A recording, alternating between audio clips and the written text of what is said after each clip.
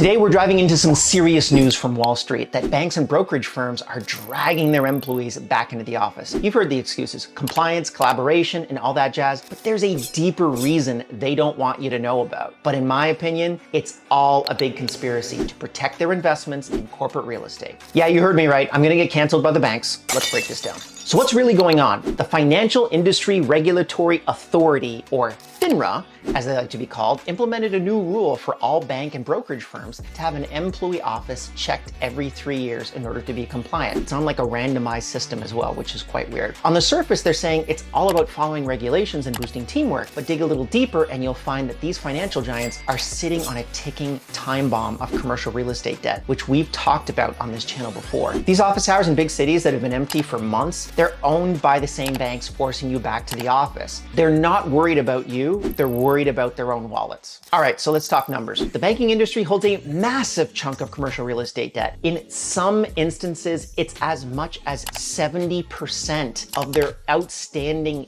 debts are in corporate real estate. This is terrifying, by the way, because it's the only form of debt that's non-collateralized, meaning I can literally go in, I can purchase a office building, I can maybe put 5% down, 10 years later, I can pull that 5% out, and the bank actually holds the vast majority of that corporate real estate asset. It's absolutely terrifying for banks, and it's one of those things that I think is really going to completely explode within the next 12 months, although I've been saying that for the last 24 months, so who knows whether or not that's actually gonna happen. But when remote work became the norm, those buildings started losing value fast. Vacant offices mean plummeting real estate prices, and if those prices drop too much, the banks are left with worthless assets. It's a domino effect. The real estate market crashes, it takes a big chunk of the financial sector down with it. So what do? They start pushing employees back into the office under the guise of compliance and collaboration. It's a desperate attempt to keep these buildings occupied and maintain their value. They need to show that their investments are still solid, even if that means putting their employees at risk. So let's get into the nitty-gritty of this.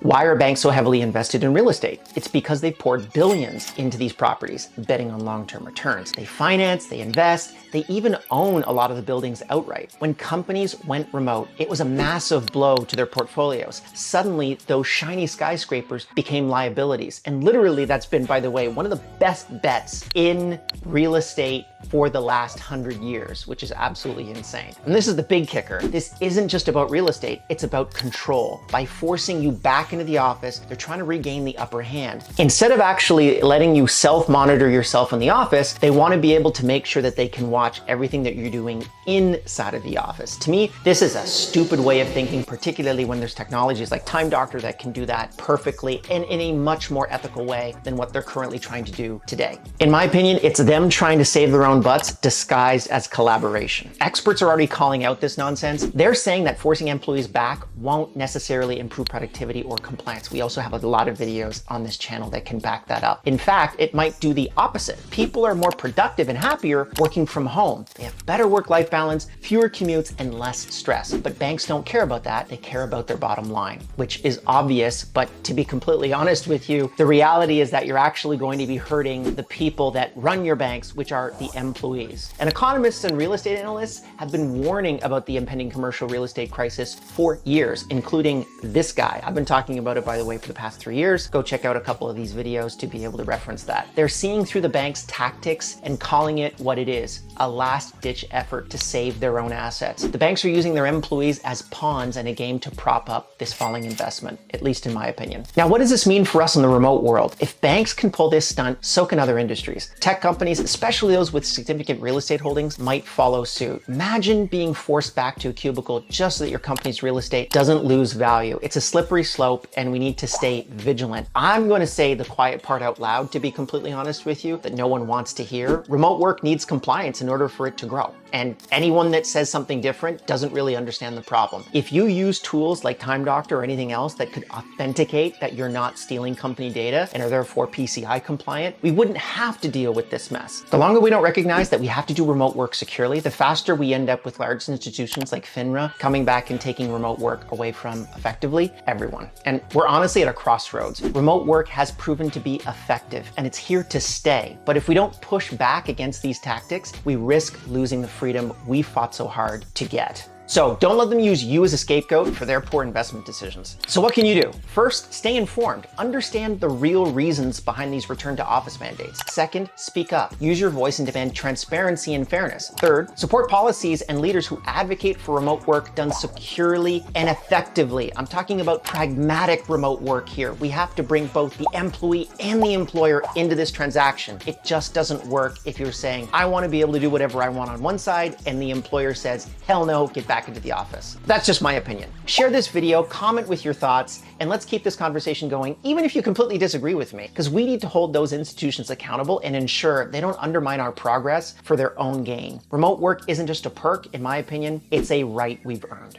Thanks for sticking with me. If you found this eye-opening, smash that like button, hit the subscribe for more no-nonsense insights, and don't forget to share this with your colleagues. Let's expose the truth and fight for our right to work on our own terms. Catch you in the next one. Stay informed and stay remote for more of what they do. And if you've gotten to this point in the video, I think you should probably subscribe to this YouTube channel. It's free, unlike most other things in life, and it would bring me happiness and joy. Other than that, I'll see you in the next one.